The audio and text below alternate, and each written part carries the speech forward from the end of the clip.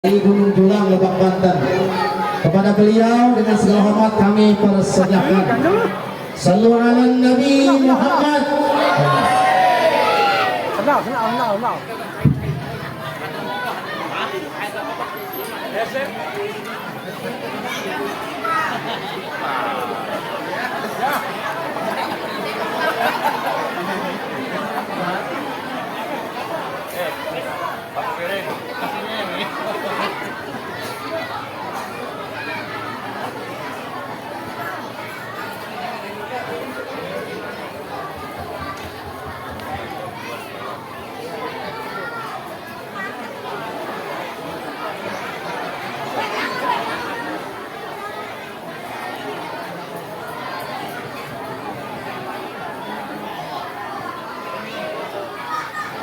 Sambut.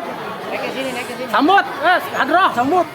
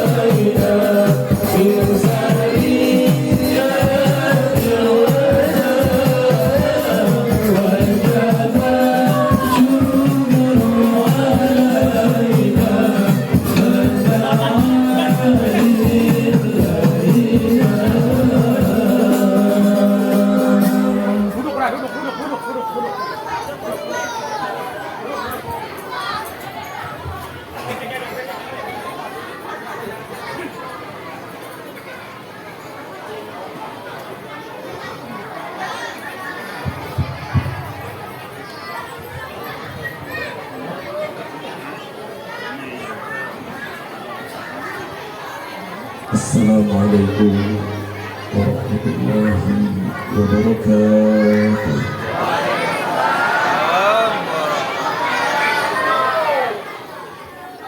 Alhamdulillah nahmaduhu hamda syakirin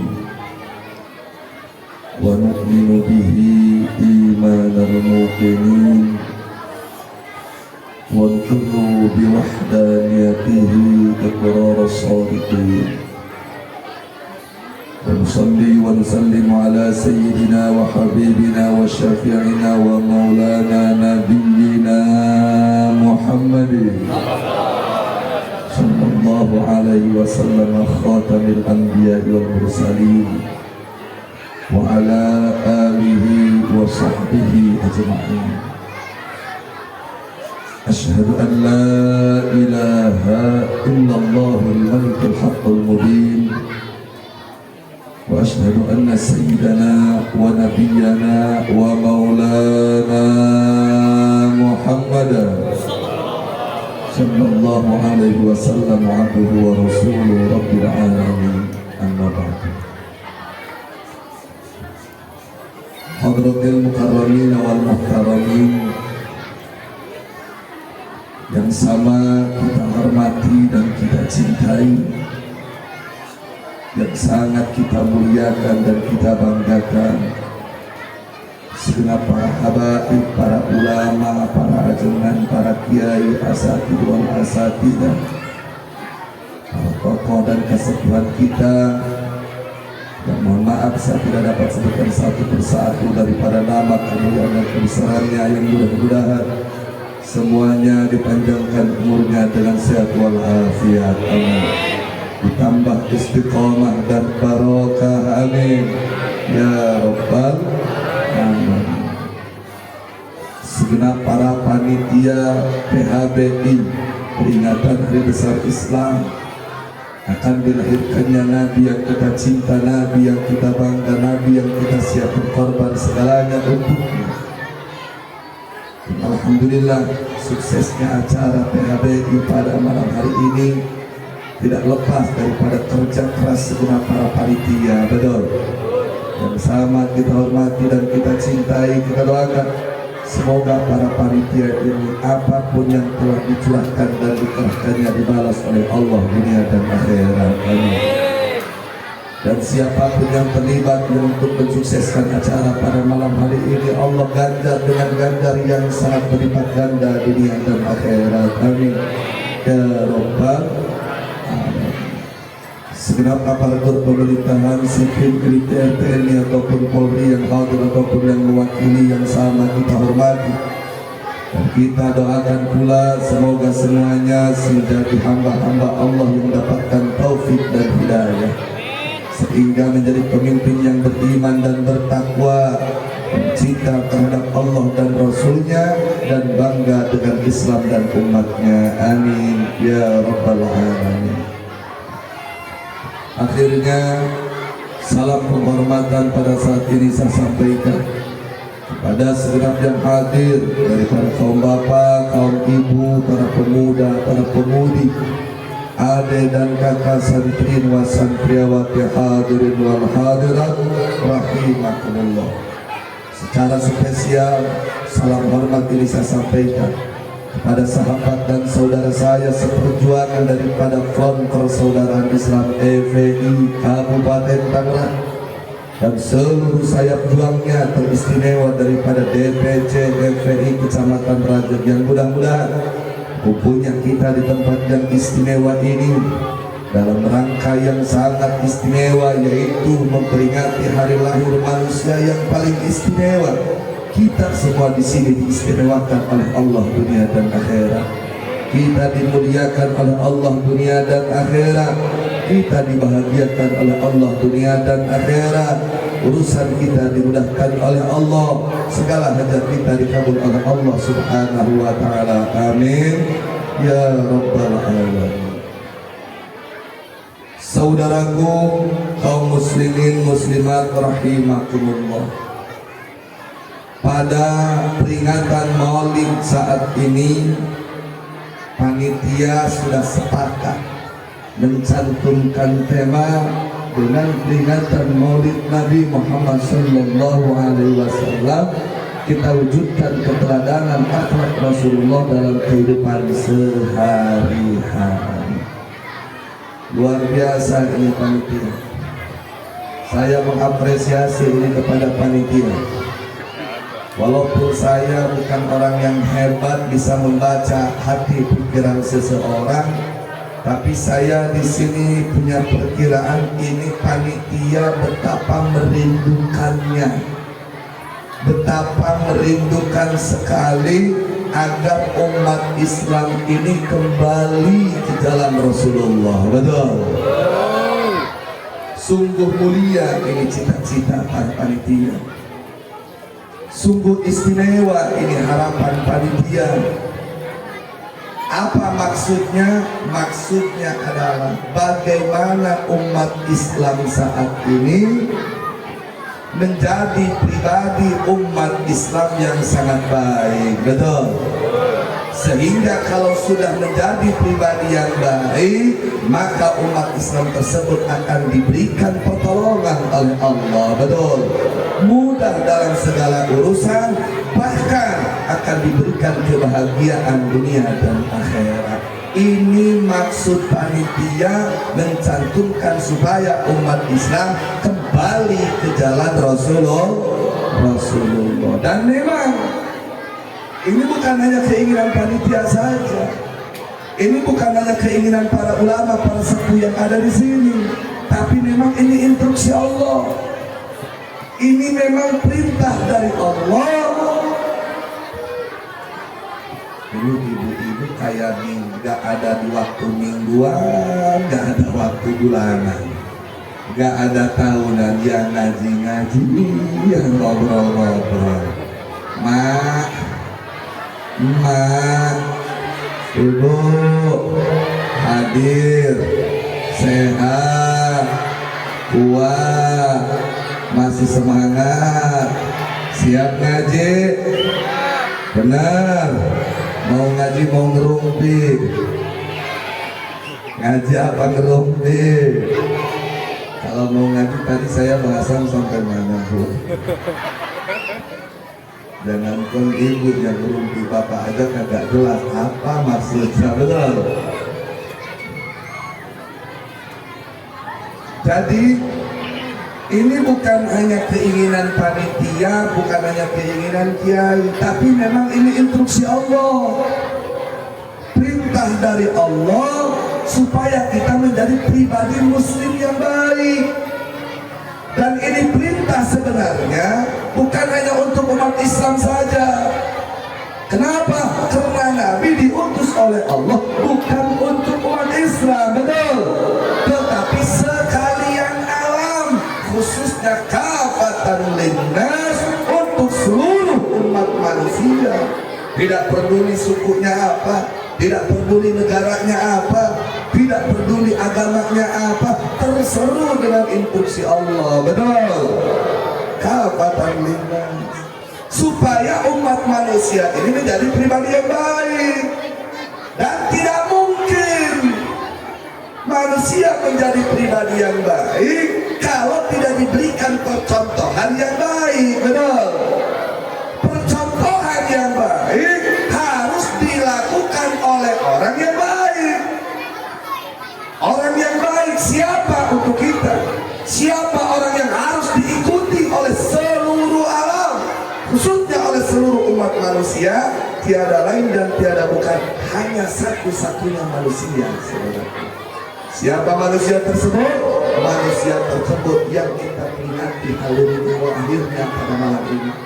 Padahal kelahirannya sudah 15 abad yang lalu terlewati, tapi kita masih kenang kelahirannya, yaitu baginda Nabi Muhammad Sallallahu Alaihi Wasallam. Beda dengan Nabi yang lainnya. Nabi Ibrahim manusia yang baik, hamba Allah yang sangat istimewa, tapi hanya kaumnya lah yang harus mengikuti Nabi Ibrahim, betul. Begitu pula Nabi Musa, Nabi Isa, dan Nabi-Nabi yang lainnya selain daripada Nabi Muhammad. Beliau adalah manusia-manusia pilihan, manusia-manusia istimewa, dan wajib diikuti hanya oleh kaum. Kalau Nabi kita beda. Kalau Nabi kita walaupun dilahirkannya di tanah Mekah, daerah Arab Saudi sana, tetapi seluruh orang yang ada di muka bumi tidak terbatas dengan waktu dan zaman, melintasi ruang dan waktu, wajib ikut perilaku akhlak Nabi Muhammad Sallallahu Alaihi Wasallam. Makanya Allah mengatakan, laqad kana lakum fi Rasulillahi uswatun hasanah. Dalam diri pribadi ada uswatun hasanah. Dalam diri pribadi Nabi ada suri tauladan yang baik. Di ayat ini saudaraku, Allah sebatas cerita, kalau teksnya saja menceritakan kepada kita bahwa Nabi Muhammad itu manusia yang baik, betul. Menceritakan kepada kita bahwa Nabi Muhammad itu akhlaknya baik. Menceritakan kepada kita bahwa Nabi Muhammad itu bisa dijadikan contoh yang baik. Maksudnya bukan cerita. Ayat ini tuh maksudnya bukan cerita, melainkan instruksi, perintah kepada kita agar mengikuti Nabi Muhammad. Kalau istilah santri ini namanya khobariyatul lafdhan insya'iyatul makna. Di sini banyak santri. Khobariyatul lafdhan insya'iyatul makna. Kalau banyak santri itu bareng-bareng. Apa sih yang dimaksud khobariyatul lafdhan insya'iyatul makna? Apakah ada penjelasan dan keterangannya? Tertera dalam kitab Jual Makna. Benar? Siapa bareng-bareng Jual Makna?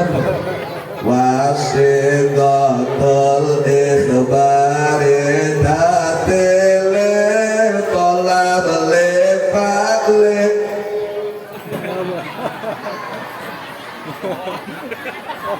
Jadi harap kalau ngajawab lempo kayak ngajar fikah. Coba kabelah titik kiri bila sedang ayam bantuan. Wasiqatul ikhbari tatile tolab lefaklen au. Bener banget. Sudah galakan dulu itu barengan. Wasiqatul ikhbari tatile tele talab le fa'len akhir sen. Soal anak Islam Tuhan paham dulu lah. Lepalen akhir sen wa hamlin wa ada. Kata-katanya sih cerita, tapi maksudnya permintaan ataupun tolabi. Seperti kita sering baca sholawat. Sallallahu ala Muhammad, sallallahu alaihi wasallam, sallallahu ala Muhammad wa ala alihi washabi. Itu khabariyatul lafdh. Tapi maksudnya sallallahu alaihi wasallam ya Allah. Seperti itu. Di ayat yang tadi saya sampaikan, kita sebagai umat Islam diperintahkan oleh Allah supaya mengikuti Rasulullah. Kenapa? Rasulullah manusia yang sangat baik. Kita diperintah untuk mengikutinya supaya kita menjadi manusia yang baik. Bahkan di ayat lain Allah menyatakan akhlak Rasulullah itu bukan hanya hasanah, pribadinya itu bukan hanya hasanah, tapi agung. Innaka la'ala khuluqin azim. Wahai Nabi, sungguh kau itu akhlakmu itu sangat agung, akhlakmu itu sangat luar biasa, sehingga apabila ada umat manusia yang mengaku cinta kepada engkau harus mengikuti engkau, supaya umat manusia tersebut menjadi manusia-manusia yang agung. Di sini sesuai dengan perintah tema saudara. Kenapa tema ini menggiring kita supaya ikut Rasulullah? Kenapa tema ini mengiring kita supaya kita menteladani Rasulullah? Karena Rasulullah itu manusia yang baik, manusia yang agung, dan Allah menginginkan kita menjadi manusia yang baik dan agung. Maka wajib bagi umat Islam untuk mengikuti Rasulullah. Akhlak-akhlak Rasulullah itu harus diikuti. Akhlak-akhlak Rasulullah harus dicontoh. Emang akhlak Rasulullah seperti apa? Saudaraku, kalau akhlak Rasulullah kita ceritakan 1 jam gak bakalan cukup, bahkan 1 tahun gak bakalan cukup, bahkan seumur hidup kita ingin mendengar cerita Rasulullah gak bakalan cukup, saudaraku. Oleh karenanya kalau diceritakan tidak akan cukup, bagaimana kalau kita ngaji cukup di sini saja? Cukup apa lanjut? Cukup apa lanjut? Sehingga sahabat ada yang bingung, saudaraku. Takjub, Allah mengakui kebagusan uswatun niat daripada Nabi. Allah mengakui keagungan akhlaknya Nabi, sehingga sahabat tersebut memberanikan diri datang kepada Siti Aisyah. Ya Ummul Mukminin, ya Ummul Mukminin, hei Ummul Mukminin Sayyidatina Aisyah, kaifa khuluq Rasulullah, seperti apa akhlaknya Rasulullah? Emang bagaimana akhlaknya Rasulullah? Betapa agungnya akhlak Rasulullah yang dikatakan oleh Allah, betapa baiknya pribadi Rasulullah yang disampaikan oleh Allah, sehingga kami sebagai umat Islam diwajibkan untuk mengikuti akhlak Rasulullah. Seperti apa akhlak Rasulullah? Padahal tadi sudah saya sampaikan, kalau dijawab secara rinci oleh Siti Aisyah seumur hidup dapat beres. Tapi Siti Aisyah itu seorang perempuan cantik jelita, indah rupawan, pemikirannya cerdas luar biasa, hatinya mantap kepada Allah Subhanahu wa Ta'ala. Dengan tegas dan lugas, singkat dan padat, Siti Aisyah menjawab, kana khuluquhul Qur'an. Akhlaknya Rasulullah adalah Al-Qur'an. Berarti saudaraku, apapun bentuknya yang tercantum di dalam Al-Quran itu sudah dipraktekkan oleh Rasulullah.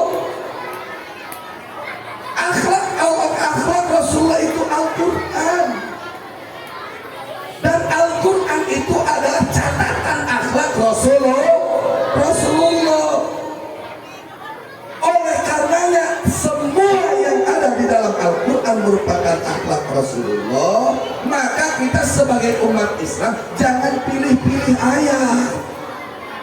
Oh, yang ini anak ayatnya nih adem, enak, menenangkan, terima. Oh, yang ini mah keras, yang ini mah galak, buang, gak boleh. Apapun yang ada di dalam Al-Quran harus diterima, betul. Hati-hati saudaraku. Tapi sekarang umat Islam kadang pilih-pilih ayat, pilih-pilih instruksi, betul. Oh, yang ini mah enak, yang ini mah menenangkan, yang ini mah menguntungkan, terima dah ini ayat. Tapi kalau yang ini merugikan, bisa-bisa keluar nyawa, buang dah ini ayat. Goblok kagak? Kalau kagak, saya kasih contoh.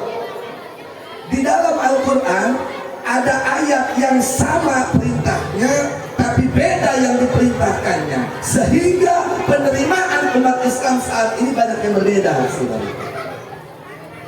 Di ayat yang lain Allah mengatakan, ya ayyuhalladzina amanu kutiba alaikumusiyam. Hai orang yang beriman, dipardukan, dipastikan, diwajibkan atas kalian supaya kalian melaksanakan puasa penuh di siang hari bulan Ramadan. Betul? Saya tanya, senang gak kita terima ini perintah? Bangga gak kita terima ini perintah? Betul. Bahkan sebelum Ramadan datang segala kebutuhan kita persiapkan. Betul. Apalagi emak-emak puasa aja belum udah kumpul beli baju buat lebaran. Betul gak, Mak? Betul. Waktu kata bapaknya, Mak, kan puasa aja belum. Nuntut, Pak, nuntut. Nanti beli sekaligus kan banyak. Betul. Dari nuntut lah biar agak kerasa. Ada yang begitu. Saking senangnya umat Islam sebelum Ramadan datang diadakan acara di mana-mana. Betul. Kiai diundang dari jauh, didatangkan ke tempat tersebut dalam rangka menjambut bulan suci Ramadan. Betul. Kenapa? Karena kita senang dengan perintah Allah tersebut. Kita bangga dengan perintah Allah tersebut. Ya ayyuhalladzina amanu kutiba alaikumus siyam. Tapi coba dengan ayat ini, kalimatnya sama. Ya ayyuhalladzina amanu kutiba alaikum, bukan siap al-qital. Hei orang yang beriman, orang kafir sudah menyerang kalian secara ekonomi, bahkan secara politik sudah menyerang kepada kalian. Bahkan ada sebagian daerah sedang senjata mereka sudah menyerang umat Islam. Kutiba alaikumul qital. Hei orang beriman, wajib kalian bangkit, angkat senjata, pandai itu orang-orang kafir. Saya bertanya, banyak yang lari ya? Saya bertanya, kita sambut perintah Allah seperti wajibnya bulan puasa Ramadan. Datangkan kiai dari jauh, kita bayar. Ada yang begitu? Ada yang begitu? Begitu perintah Allah datang untuk perang melawan orang-orang kafir yang menindas kaum muslimin, yang menghina agama, yang menghina Allah, yang menghina Rasul. Tidak sedikit dari umat Islam, bahkan tokoh-tokoh Islam, mereka lari tunggang langgang, bahkan membenci orang Islam yang membela Islam. Betul? Betul? Padahal ayatnya sama, kalimat yang digunakan oleh Allah sama, tapi kenapa penerimaan hati kita berbeda? Ini pembuktian daripada saya sampaikan tadi. Kita terkadang menerima ayat ini, menolak ayat ini. Betul? Saudaraku, ada tokoh Islam yang melarang kita untuk melakukan itu dengan alasan Islam itu rahmatan lil alamin. Betul? Nabi itu mengajarkan kasih sayang, mengajarkan lemah lembut. Betul? Ada yang begitu? Makanya umat Islam jangan suka marah-marah. Kalau Islam dihina, biarkan saja, Islam takkan ternoda. Kalau Allah dihina, gak usah dibela. Allah kan maha gagah, gak butuh pembelaan kita. Kalau Al-Quran dihina, gak usah dibela, gak usah demo kepada yang menghina. Al-Quran tidak akan hina walaupun semua manusia menghinanya. Nabi Muhammad dihina, kita gak usah bergerak, diam saja. Nabi Muhammad sudah mati, tidak akan bangkit kembali.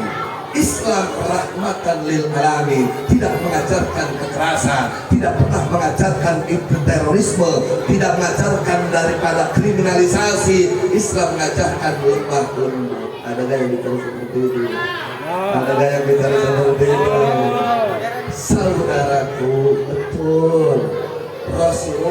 diutus ke muka bumi sebagai rahmat. Betul. Bahkan kelahirannya pun sebagai rahmat dari Allah. Diutusnya Rasulullah merupakan rahmat dari Allah untuk sekalian alam. Wa ma arsalnaka illa rahmatan lil alamin. Tapi ingat, jangan salah mengartikan kata rahmat. Rahmat di sini bukan rahmat Rajek, bos, bukan. Rahmat di sini bukan rahmat Jawa Tengah, bos, betul. Rahmat di sini bukan rahmat Jawa Timur, betul. Artinya apa? Dari banyak mulai bismillah sampai sinnya minal jinnati wan nas, daripada Al-Quran itu adalah bagian rahmat dari Allah, betul. Begitu kita diperintah puasa itu rahmat dari Allah. Begitu kita diperintahkan berperang pun itu rahmat dari Allah, betul. Ayah jalma melakukan, bahasa sudah paham nggak? Ada orang, ada yang kode kepalanya baru nggak paham. Ada orang, dia melakukan maksiat, dia melakukan munkarat, dicegah, dia tidak mau berhenti malah dilawan, hajar orang tersebut. Kenapa harus dihajar? Hajaran tersebut, pukulan tersebut merupakan pukulan kasih sayang, saudaraku. Kenapa?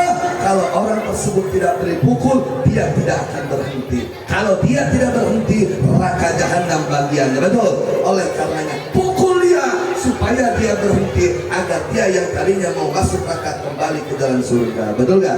Kasih sayang bukan? Kasih sayang bukan? Kasih sayang. Jadi jangan mengartikan kasih sayang itu lebay ataupun halu. Kalau kita ditampar oleh orang kafir sebelah kiri, maka kita kasih pipi yang sebelah kanan. Hoak. Betul gak? Hoak, betul gak? Contoh begini, saya kasih contoh. Negara punya tugas untuk menjaga, mengayomi masyarakatnya, betul. Negara punya kewajiban membuat nyaman, membuat aman, dan masyarakatnya tidak tersakiti, betul. Yakin? Tiba-tiba ada orang nyuri motor, ada orang maling motor. Begitu orang maling motor ketahuan sama polisi, ditangkap. Kata yang maling motor, izin Pak Polisi, negara punya kewajiban untuk menjaga masyarakatnya. Saya ini masyarakat Indonesia, jangan disakiti Pak, jangan dianiaya Pak, saya harus dihormati. Kata polisi, siap dan saya terima. Kira-kira beres ke negara? Beres ke negara. Tapi pencuri penjahat tersebut, maling tersebut harus dijebloskan ke dalam penjara, betul. Dimasukkannya maling ke dalam penjara itu bentuk kasih sayang. Supaya apa? Supaya dia tidak maling lagi. Kenapa? Untuk ketahuan polisi, coba ketua warga digebukin kagak, dibakar kagak. Makanya itulah bentuk kasih sayang, bukan berarti hanya belayar. Jadi ini banyak yang salah mengartikan. Contoh. Ada orang kafir menghina Allah. Kalau Allah datang ke hadapan saya ingin bertanya, 2 kali 2 sama dengan berapa? Kira-kira Allah bisa jawab apa kagak ya? Sebenarnya kira-kira kurang ajar gak itu orang? Kurang ajar gak itu orang? Menghina bukan? Meledek bukan? Masya Allah, kalau orang tersebut ada di sini, kira-kira habis gak? Habis gak? Habis orang tersebut. Dia menghina Allah. Begitu kita mau demo untuk kepada polisi supaya menangkap orang tersebut karena dia sudah menghina agama, betul? Ada kiai ngomong, jangan demo, jangan ikut-ikutan aliran keras. Islam rahmatan lil alamin. Ada gaya begitu? Waktu Al-Quran dihina umat Islam dari penjuru Nusantara, waktu Al-Quran dihina mereka berangkat ke Jakarta demo, betul? Supaya si babi yang menghina Al-Quran dimasukkan ke dalam kandang, betul gak? Betul. Kiai, habaib, ustadz, santri, para pemuda, laki, perempuan berbondong-bondong di Jakarta ngegiring-giring itu babi supaya masuk kandang, betul? Aneh bin ajaib. Bukan hanya babi masuk kandang, Habib dan Kiai yang masuk ke dalam kandang. Betul nggak? Betul nggak? Ini terjadi saudaraku. Gak usah didemo, gak usah marah-marah umat Islam. Cukup doakan supaya babi tersebut mendapatkan taufik dan hidayah dari Allah. Ada gak yang begitu? Ada gak yang begitu? Langsung ngomong, Innallaha ghafurur rahim. Hai FPI, hai Habib Rizik, Allah Maha Pengampun, Allah Maha Pengasih, Allah yang menciptakan babi tersebut. Allah dihina, Allah kagak marah. Padahal kalau Allah marah dicabut nyawa itu babi, betul. Tapi babi itu tidak dicabut, berarti Allah tidak marah. Lu sebagai manusia, kenapa harus marah? Allah saja yang dihina tidak marah, kenapa lu yang marah? Islam rahmatan lil alamin, tidak ngajar marah-marah. Jawab jangan. Jawab jangan. Nah itu menggunakan dalil tidak mulazamah. Contoh, dalil tidak mulazamah itu seperti ini. Ada masyarakat awam, dia nanya sama Kiai, Pak Ustadz saya mau nanya, ini sambal pedas sekali, emang pakai apa? Dijawab sama Pak Ustadz, emang lu kagak tahu? Kagak, kan pakai gula. Jadi si awam nanya pedasnya sambal pakai apa? Dijawab oleh Kiai, dalilnya pakai gula. Kata si awam, pinter ini Kiai. Saya nanya, on enggak? On enggak? On enggak? Jawab jangan. Jawab jangan. Untuk kakek-kakek diam. Ini bagian anak muda yang jawab. Jawabnya adalah perkosa anak bininya.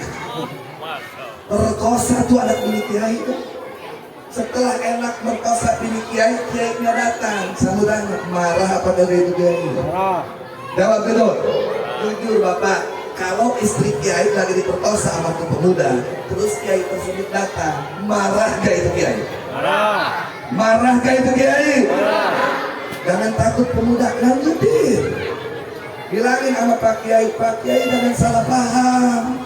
Saya tidak bermaksud menyakiti Pak Kiai dan keluarga. Justru sebaliknya, saya hanya menguji, saya hanya ingin berbagi kenikmatan dengan istri Pak Kiai. Saudaranya itu Kiai sadar apa marah? Santai apa marah? Benar?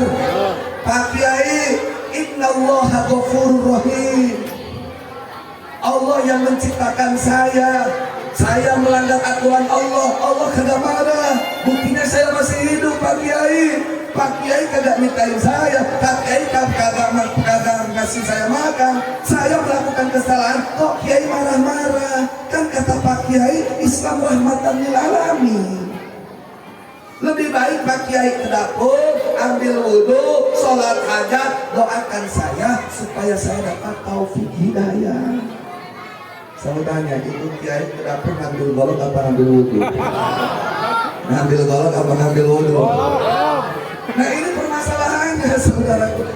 Kan saya sedang membantah dalil mereka dari betul. Bukan saya berarti memerintah perkosa, bukan. Awas jangan salah paham. Ini hanya analogi. Ada kesalahan yang beres dengan maaf, betul. Ada kesalahan yang tidak beres begitu saja. Jadi jangan jual-jual rahmatan lil alamin. Jangan jual-jual Innallaha ghafurur rahim. Kau salah menggunakan itu ayat di dalam hal yang berbeda. Contoh saya kasih tahu nih. Jadi kan dia bilang udah maafkan saja, gitu kan? Nabi yang kita cinta, Nabi yang kita bangga, dihina, kita suruh memaafkan. Sama dengan begini, sang nempelin Udin. Si Udin ini ditabok sama sang. Kata si Rudi, sang tenang, gua udah maafin. Paham? Nabi Muhammad yang dihina, betul? Nabi Muhammad yang dihina. Terus kita yang maafin penghinanya. Sama dengan sang nabok Udin. Kata si Rudi, tenang sang, gak usah takut, gua udah maafin dulu. Samudana, ini Rudi sehat apa sakit? Sakit. Sehat apa sakit? Nabi yang dihina, kita yang memaafkan. Sehat apa sakit? Sehat apa sakit? Arti kalau betul kita cinta Nabi, siapapun orangnya yang menghina Nabi, wajib diperkarakan, betul? Siapa bela Nabi?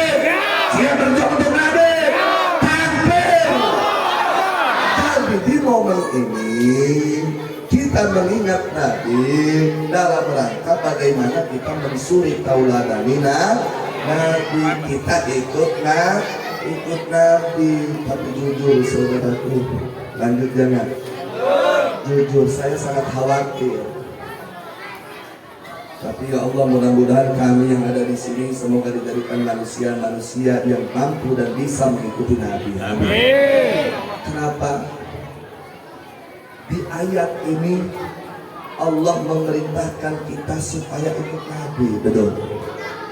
Tapi di hadis Nabi menyampaikan bahwa di akhir zaman umat Islam akan jauh dari Nabi, jauh dari Islam, jauh dari Allah. Ini yang salah. Di satu sisi ayat ini menginstruksikan kita wajib, tapi di sisi lain kita takut masuk pada hadis yang mana hadis tersebut mengatakan kita tidak ikut Nabi. Hadisnya ini sahih saudaraku, tertera dalam kitab Bukhari, sanadnya seperti ini. Wa bi sanadil muttasilil Imam al-Hafidh Abi Abdullah Muhammad ibn Ismail al-Bukhari al-masyhur bi Imam al-Bukhari annahu qala haddatsana Sa'id bin Abi Maryam qala haddatsana Abu Wasil qala haddatsani Zaid bin Aslam an Atha bin Yasar Abi Sa'id radhiyallahu anhu anna Nabiy sallallahu alaihi wasallam qala. Ini hadis ada di dalam kitab Bukhari. Imam Bukhari mendapatkan ini hadis daripada Imam Sa'id bin Maryam. Imam Sa'id bin Maryam mendapatkan ini hadis daripada gurunya Abu Ghassan. Abu Ghassan mendapatkan ini hadis dari gurunya Zaid bin Aslam.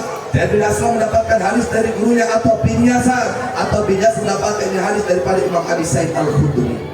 Imam Abi Sa'id al-Khudri menyampaikan dulu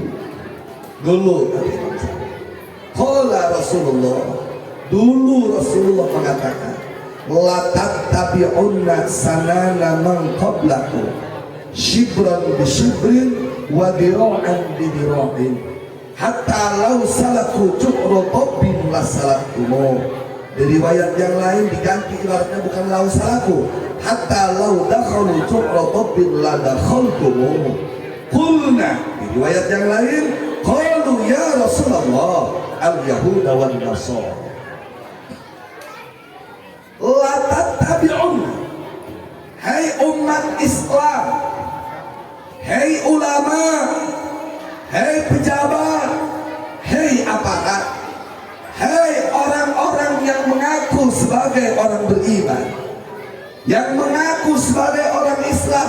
Kelak umat Islam di akhir zaman sejengkal demi sejengkal, selangkah demi selangkah mereka akan menjauhi ajaran Islam, menjauhi ajaran Rasulullah, menjauhi syariat Allah. Justru mereka akan ikut dengan ajaran-ajaran orang sebelum Islam. Kulna, sahabat bertanya, ya Rasulullah, al-Yahuda wa Nasara, apakah umat Islam kelak akan ikut Yahudi dan Nasrani, orang-orang kafir? Olah paman, kata Nabi, siapa lagi kalau bukan mereka. Di hadis ini Rasulullah mengingatkan, hei ulama, hei umat Islam, hei aparat dan pejabat, kelak kalian di akhir zaman akan lebih ridho dengan aturan kafir daripada aturan Islam. Kalian akan lebih senang dengan ajaran kafir daripada ajaran Islam. Kalian lebih bangga dengan akhlak kafir daripada akhlak Islam. Terbukti tidak? Terbukti tidak? Ajaran Islam saat ini banyak yang dianggap penjahat, betul? Seolah-olah Islam itu cukup puasa Ramadan, cukup sholat, cukup zakat, betul? Selain daripada itu gak usah dipakai. Inna lillahi wa inna ilaihi raji'un. Tidak sedikit umat Islam lebih membanggakan ajaran kafir daripada ajaran Rasulullah.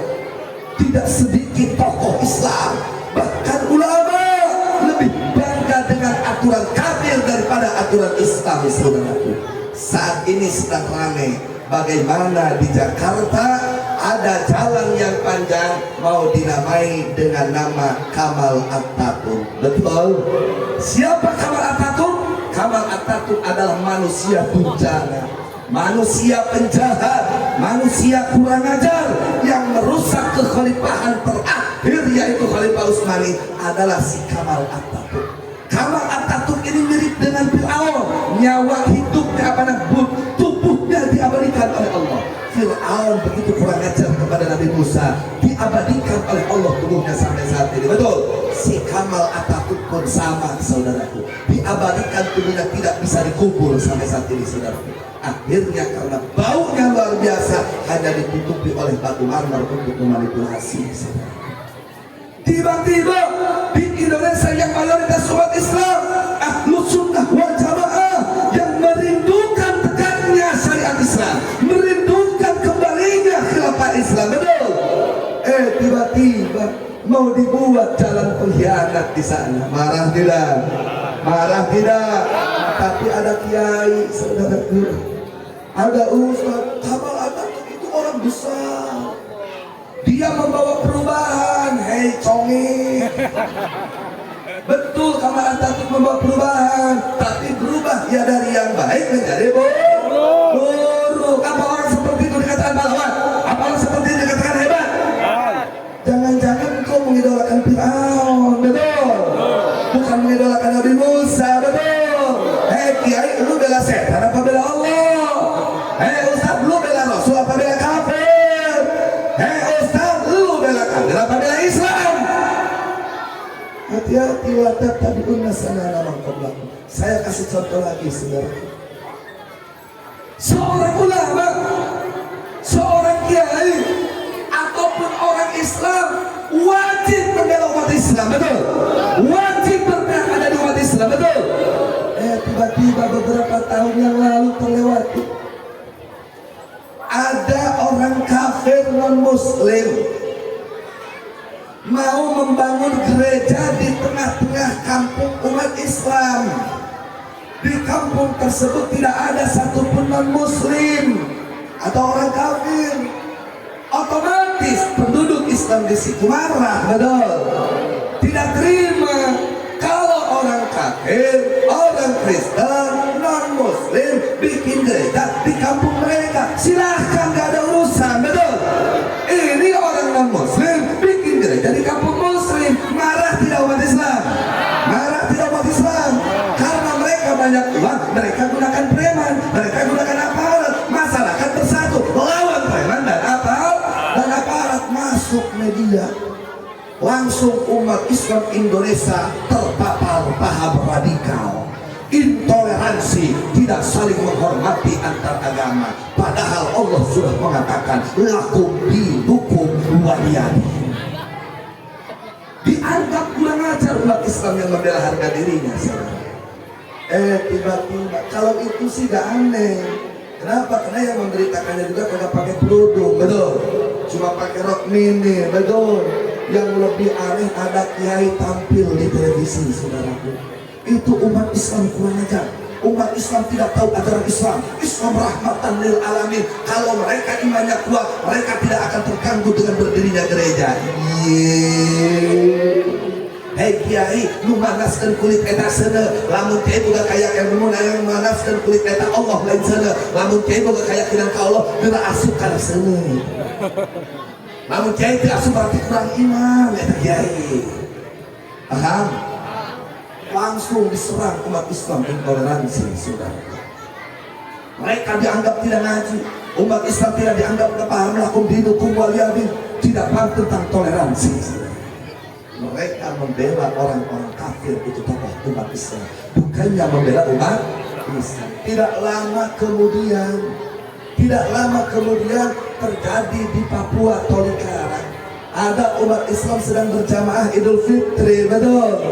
Sholat berjamaah begitu khusyuk, datanglah orang-orang kafir membawa bensin, membawa minyak, dibakar itu masjid dan jamaah di dalam masjid, saudara.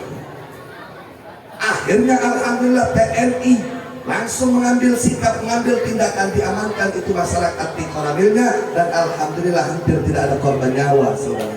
Namun masjid gosong. Kiai tersebut tampil lagi, saudara. Tampil lagi itu kiai. Kata kiai apa? Itu umat Islam kagak tahu diri.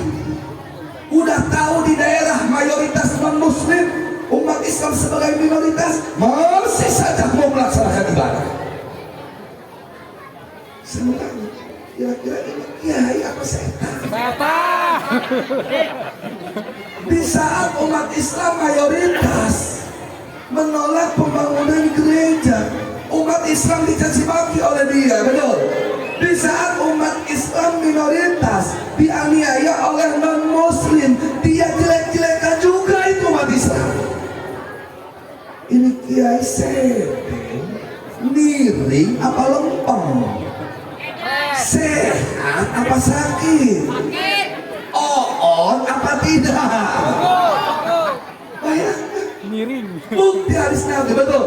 Atau yang baru-baru ini saudaraku, ada seorang profesor, katanya tokoh Islam, dia banyak pengikutnya, ngotot supaya di Indonesia diberlakukan aturan boleh laki menikah dengan laki, boleh perempuan menikah dengan perempuan, saudaraku. Saudaraku, laki-laki menikah dengan laki-laki, ajaran Rasulullah apa ajaran setan? Perempuan menikah dengan perempuan, ajaran Rasulullah apa ajaran setan? Profesor, itu ustaz, dia menginginkan hal itu terjadi. Kira-kira ada di jalan Rasul apa di jalan setan? Sebutannya kira-kira itu umat Islam apa setan? Umat Islam apa setan? Betul gak? Bukti hadis Nabi lantas tadi bunda sana nama.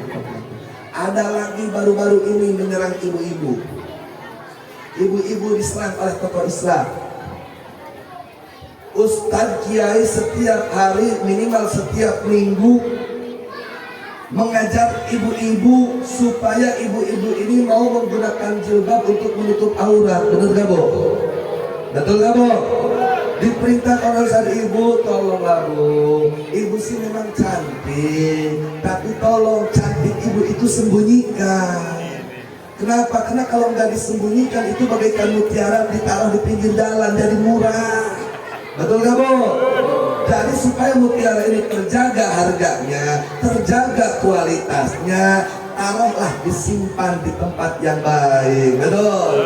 Kalau mutiara saja harus disimpan tempat yang baik, ibu-ibu lebih hebat dari mutiara. Betul? Harus dikemas dengan kemasan yang baik. Oleh karenanya ibu tutuplah aurat, pakai jilbab. Betul?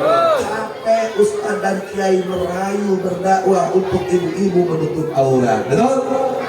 Tiba-tiba ada golongan Islam, bahkan ada kiai katanya Abuya, katanya dia mengatakan jilbab bukan perintah agama, jilbab bukan syariat Islam, jilbab adalah budaya Arab. Hei ibu-ibu, kita bukan orang Arab, kita orang Indonesia.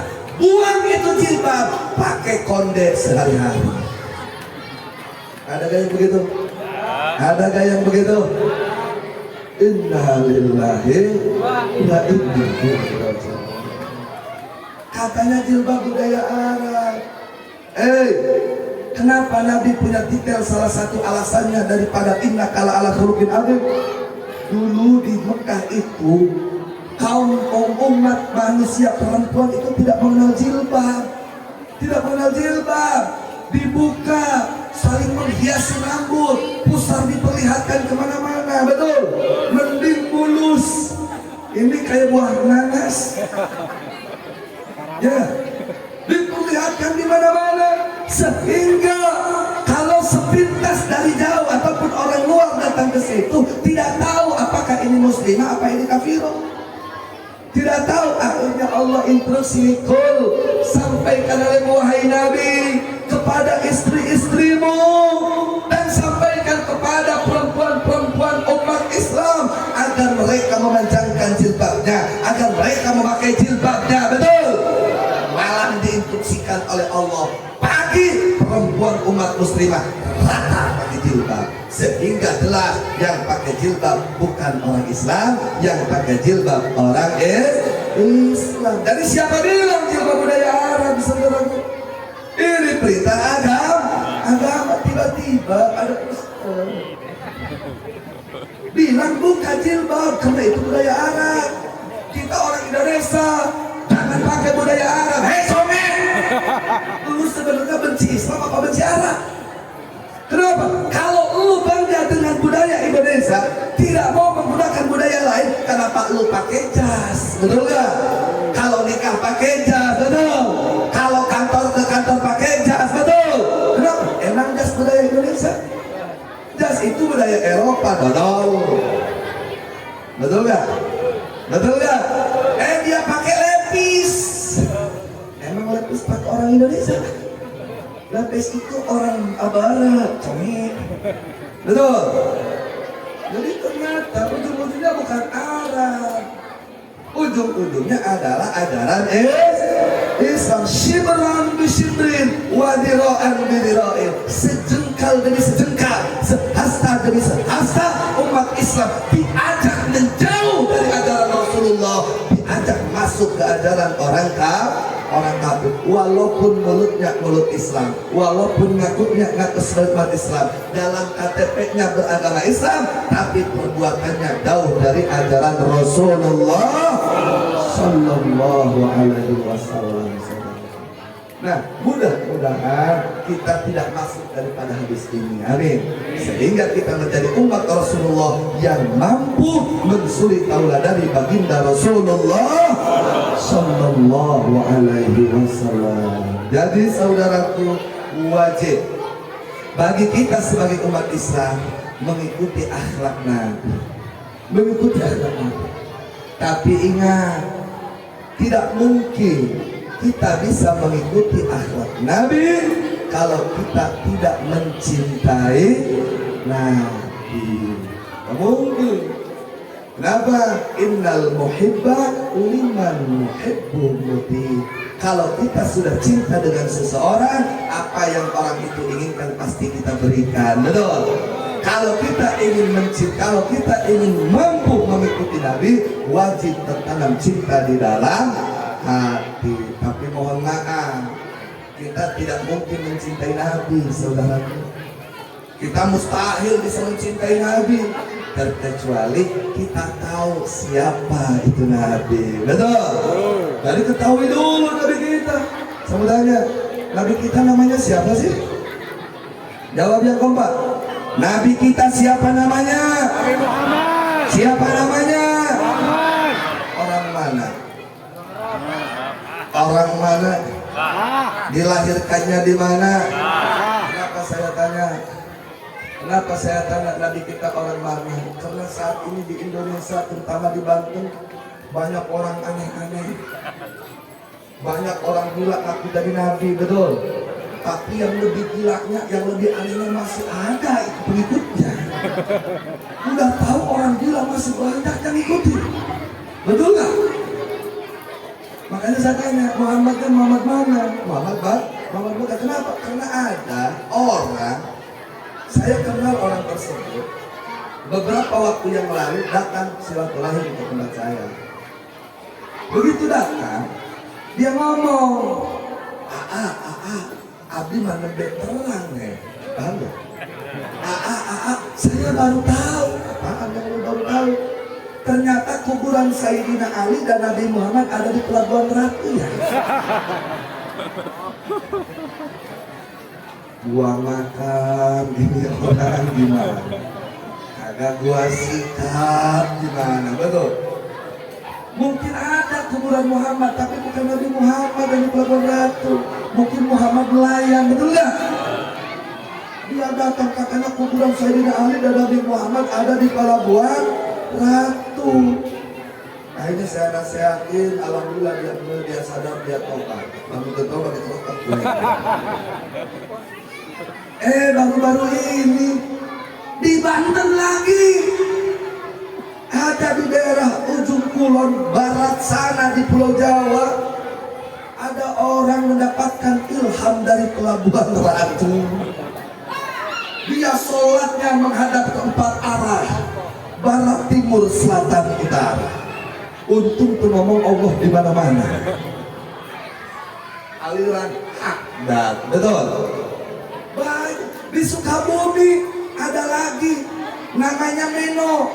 Nama aslinya Muhammad Sumarna, tukang ojek, mengaku jadi Nabi Muhammad Meno. Di Sukabumi. Bahkan di Bandung ada Sutimin, tukang tanggal ban. Muhammad Sutimin ngaku lagi jadi Nabi Sutimin. Makanya saya tanya, Muhammad mana? Kenapa saya lagi-lagi di alasan tanya daerah? Karena saat ini banyak penyimpangan, saudaraku. Kalau nggak percaya, tanya ke Mbah Google atau ke Abu ya Google ya. Banyak ustadz yang mengatakan saat ini bahwa Nabi Sulaiman itu bukan orang Arab. Nabi Sulaiman itu orang Jawa. Siti Bilqis, Nabi Nuh bukan orang Arab, orang Jawa. Mana buktinya? Perahu Nabi Nuh dibikin dari kayu jati. Kayu jati sampelnya khusus punya orang Jawa. Nabi Nuh tak mungkin ngalah kayu jati di Mekah ke Pulau Jawa. Berarti Nabi Nuh orang Jawa. Dan bukti pula Nabi Sulaiman orang Jawa. Mana? Di daerah Jawa ada namanya Sleman. Nah itu tempatnya Nabi Sulaiman. Nah Nabi Sulaiman berangkat untuk berdakwah ke negeri Sabah. Ada namanya Wonosobo. Di wilayah Wonosobo ada istana Siti Bilqis, Borobudur. Sebenarnya ini penyimpangan bukan? Pantas sudah di dalam kitab-kitab tauhid, terutama di dalam kitab Kifayatul Awam, dijelaskan sebahagian daripada yang wajib diyakini oleh umat Islam, annahu sallallahu alaihi wasallam wulida di Makkah. Tekadkan di dalam hati umat Islam, Nabi Muhammad dilahirkan di negeri Makkah. Kenapa kalau dulu tidak terbayang, seolah-olah ini apaan yang begini aja ditulis, seolah-olah begitu. Kenapa? Karena seolah tidak mungkin ada orang yang mengakui Nabi Muhammad bukan orang Mekah. Tapi sekarang terbukti langsung Nabi Muhammad orang Pelabuhan Ratu. Sebut. Sekali lagi Nabi kita siapa namanya? Muhammadnya orang mana? Orang Mekah, terus pindah kemana? Ke Madinah. Meninggalnya di mana? Dikuburnya di mana? Di Madinah, betul. Ya Allah, semua yang ada di sini jangan engkau cabut nyawanya sebelum ibadah haji ataupun umrah, ziarah ke Mekah dan Madinah. Amin. Ya Rabbal. Jadi kalau kita ingin bisa mencintai Nabi, ya kenali Nabi, betul. Kalau kita ingin kenal Nabi, wajib ngaji. Saya ingin kenal Rasulullah, ngaji kagak mau. Tolong enggak? Oh enggak? Oh ngaji dulu, baru kenal Nabi. Kenal Nabi, baru cinta Nabi. Cinta Nabi, baru ikut Nabi. Tidak mungkin ikut Nabi tanpa cinta Nabi. Tidak mungkin cinta Nabi tanpa kenal Nabi. Tidak mungkin kenal Nabi walau tidak mau ngaji. Jumlah jar majrurnya ta'alluq karena ngaji. Ngaji dan ngaji. Kiai ngajak ngaji. Begitu kiai ngajak ngaji, masyarakat komplain. Padahal aja sekarang zaman modern, zaman demokrasi, nafsi aja ya. Gak usah pakai dipanggil lagi pakai speaker. Kita juga dengar di rumah ya. Ngaji ini kan yang penting nggak dengar ya. Hei bu, bapak, ngaji gak cukup dengan dengar. Di saat bapak di saat guru mempraktekkan rukuk dan wudu, rukuk dan sujud, ibu mau melihat, bapak bisa melihat. Kata Pak Kiai wajib mengusap kepala di saat wudu. Dia kepala kecil yang dibunuh. Gara-gara kagak melihat. Ada yang begitu? Langsung kata Pak Kiai, wajib membah tangan sampai sikut. Seharusnya dari sini ke sini, dia kebalik dari sini ke sini. Iya enggak? Karena hanya mendengar tidak melihat. rajin ngaji saudaraku, ngaji dan ngaji. Artinya kalau umat Islam mau bisa mengikuti Rasulullah, ya harus ngaji. Di dalam ngaji hormati kiai. Jangan udah bohong, udah bloon, udah oon, pengen ngajarin kiai. Lah gua mah kagak suka sama kiai yang ono, ngajinya kemana-mana. Ya mah kagak kiai yang ini, kalau yang ini mah enak, ngajinya wudu, sholat, wudu, sholat. Kagak ngebahas ini dan itu dah. Enak gua kayak ini mah, kalau kiai ono mah gua kagak mau dah. Ngajinya kesana kemari. Betul, ada yang begitu? Ada yang begitu? Hei conge, udah khuluf, esir apa? Betul. Kalau kau sebagai umat Islam, seluruh aspek kehidupan harus dikaji sesuai syariat Islam. Akhirnya kiai ngajak kaji, Pak kakak yuk kita ngaji ke masjid. Ya udah Pak Kiai, saya mah ngedoain aja. Ada yang begitu? Ada yang begitu? Yang seharusnya tuh kiai doain lu, conge. Lu sombong amat udahlah kiai. Kiai gak usah openan lah. Kalau kiai ke surga sampai neraka gak apa-apa. Saya gak akan teriak-teriak kok sama Pak Kiai minta tolong. Pak Kiai biarin ke surga, saya tetap ke neraka gak apa-apa Kiai. Ada gak yang ngomong gitu?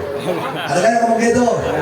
Jangan ke neraka, lu sakit gigi kagak mau, kalau gak punya uang ke dokter, lu datang sama Kiai coneh. Betul gak? Betul gak? Pak Kiai anak saya sakit terus, Pak Kiai mohon doanya Pak Kiai. Ada gak yang begitu? Ada gak yang begitu? Baru di dunia lu udah teriak-teriak sama Kiai, apalagi di akhirat. Paham? Jelas? Yakin?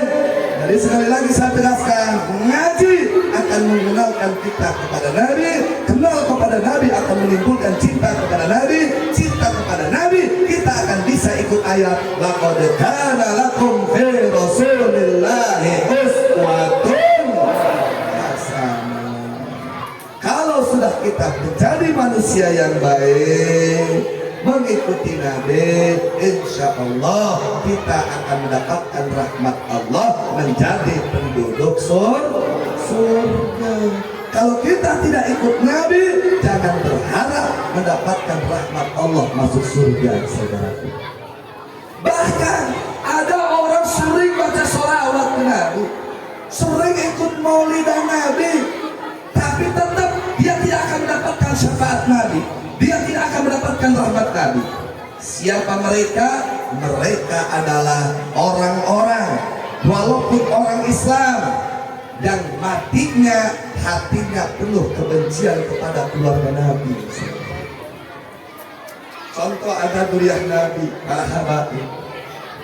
Kalau ada umat Islam mati membenci darah Nabi, mati membenci keluarga Nabi, mati membenci keturunan Nabi, tertulis di tangan di jidatnya nanti di akhirat, aisun min rahmatillah, orang ini putus dari rahmat Allah.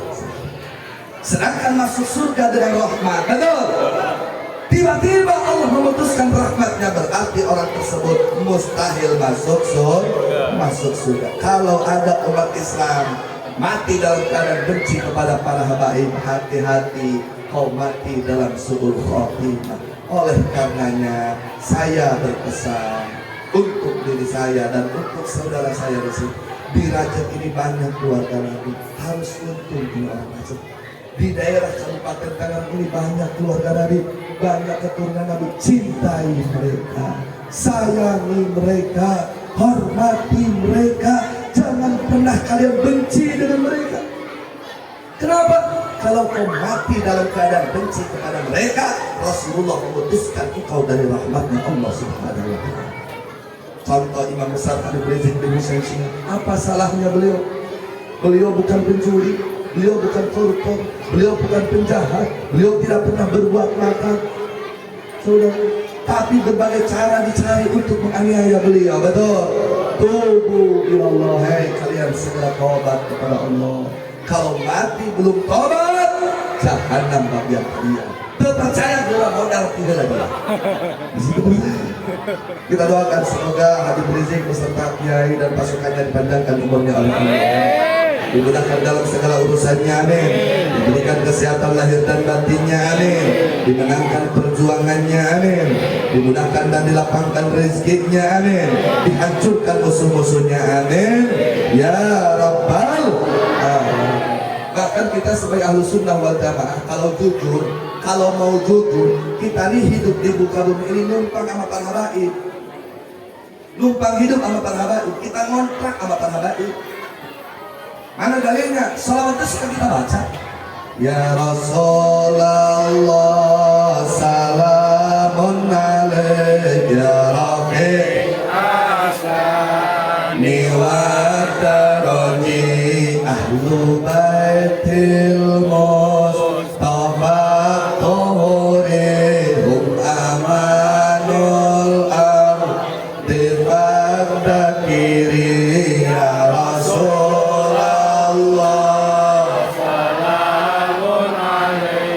ya Rafi asyani wa daraji Rabbi fanfa'na bibarakatihim wahdinal husna bihurmatihim ya Rasulullah salamun alaik ya Rabbi asyani wa daraji ahlu baitil mustafa, keluarga Nabi yang terpilih, keluarganya Nabi Muhammad. Tuhur, mereka orang-orang yang suci. Dan mereka amanul ardi, penjaga ini bumi, menjadi keamanan ini bumi. Fadzakir, ingatlah hai sekalian umat manusia, ingatlah hai umat Islam, darah Nabi yang masih mengalir di tubuh-tubuh para habaib dan syarifah ini menjadikan bumi masih bisa kita diami, menjadikan langit masih mau menaungi, matahari masih mau rajin terbit di pagi hari, malam masih rajin untuk dijadikan tempat berdiam ketenangan. Kenapa? Karena masih ada darah Nabi yang mengalir di bumi, namanya para habaib dan syarifah amanul ardi. Oleh karenanya ya Allah, Rabbi fanfa'na, manfaatkanlah ilmu kami, manfaatkanlah harta kami, manfaatkanlah umur kami, bibarakatihim. Kami tawasul dengan keberkahan keluarga Nabi, kita tawasul dengan para habaib. Tapi kenapa kita benci habaib? Kita memohon kepada Allah tawasul dengan para habaib, tawasul dengan keluarga Nabi, tapi kita malah menganiaya itu habaib, membelakangi itu habaib. Tubu ilallah, tobatlah hai umat Islam kepada Allah, cintai para habaib, sayangi para habaib. Tapi kalau Habibnya salah gimana? Bedakan, ada taat, ada hormat lain lagi. Kalau taat itu murni hanya kepada Allah dan Rasulnya, artinya mau habaib, mau kiai, mau abunya, kalau fatwanya, perbuatannya sesuai dengan Allah dan Rasulnya, ya ikuti. Tapi kalau beliau para habaib ataupun kiai, fatwanya tidak sesuai dengan Allah dan Rasulullah, ya jangan diikuti. Jangan mentang-mentang abuya main ikut-ikutan saja. Kalau salah tinggalkan. Ataupun habaib, kalau salah jangan diikuti, tapi tetap harus dihormati. Paham gak? Contoh begini, ada satu abuya, kita cinta dengan abuya tersebut, kita rajin zikir dengan abuya, ikut ngaji dengan abuya tersebut, mengharapkan doa dari abuya tersebut. Tiba-tiba anaknya kurang ajar, anaknya datang ke rumah kita ngambil motor. Berani gak kita pukulin itu anak abuya? Berani gak? Gak berani, betul. Dia ngambil uang kita 1 juta, berani gak laporkan anak abuya tersebut? Gak berani. Bukan karena gak berani sama orang tersebut, tapi menghargai abuya. Sama tanya, lebih hebat abuya, lebih hebat Nabi. Lebih gagah abuya, lebih gagah Nabi. Lebih sempurna abuya, lebih sempurna Nabi. Kepada abuya anaknya kita begitu, kenapa anak Nabi kita lawan? Kenapa kepada cucu Nabi kita kurang ajar? Betul gak? Sehat apa sakit? Maka yuk cintai para habaib. Mudah-mudahan dengan kecintaan kita kepada keluarga Nabi ini menjadi satu sistem, satu cara, satu wasilah Rasulullah memberikan syafaat. Karena kalau kita ingin masuk surga dengan amal sholat kita belum layak untuk diterima, saudara. Dengan puasa kita belum layak untuk diterima. Walaupun kita terus sholat, walaupun kita terus puasa, tapi puasa dan sholat kita, baca Quran kita, ibadah kita belum layak untuk diterima.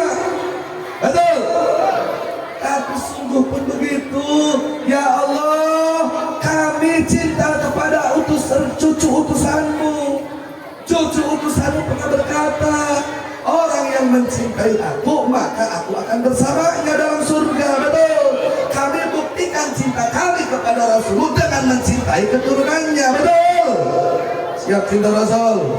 Siap cinta habaib? Siap bela Rasul? Siap bela habaib? Siap berpihak kepada Islam? Siap lawan kemungkaran? Betul? Takbir! Sallu ala Nabi! Sebelum akhir yuk kita baca salat bareng-bareng. Mudah-mudahan dengan salawat ini negara kita diberkahi oleh Allah Subhanahu wa taala. Aparat pejabat pemerintah dan rakyat mendapatkan taufik dan hidayah dari Allah. Amin. Para ulama dan para zuama, para hukama dan seluruh masyarakat kaumnya mendapatkan taufik dan hidayah dari Allah. Amin. Tidak ada salah dan dosa terkecuali diampuni oleh Allah. Amin. Telah wafat husnul khatimah. Amin. Dimudahkan dalam segala urusan. Amin ya rabbal alamin. Salatullah salamullah lillah. Salatullah salamullah ala yasin habibillah. Tawassalna bismillah wa bil hadi rasulillah.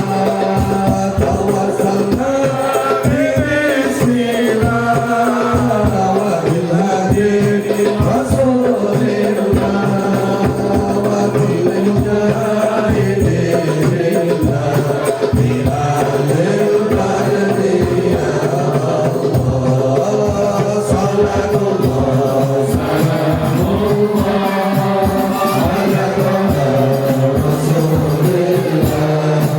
Salatullah salamullah ala yasin habibillah. Illahir sahibil ummah minal afati wal ni'mah. Illahi salimil ummah minal afati wal ni'mah. Wa min hakim wa min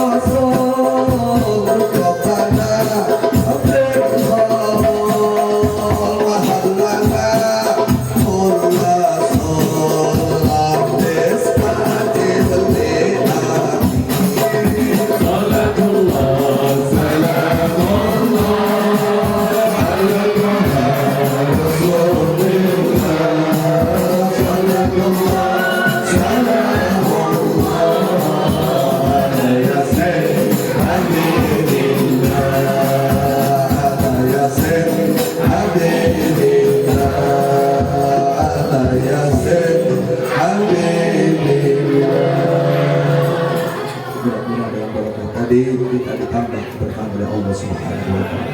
Kampung ini menjadi kampung barokah, penduduknya menjadi penduduk barokah, semuanya saatlah kita wafat dalam husnul khotimah, dan mudah-mudahan kita mendapatkan syafaat dari api yang diharamkan oleh Allah daripada ahli neraka. Amin ya rabbal alamin. Hanya itu yang dapat saya sampaikan.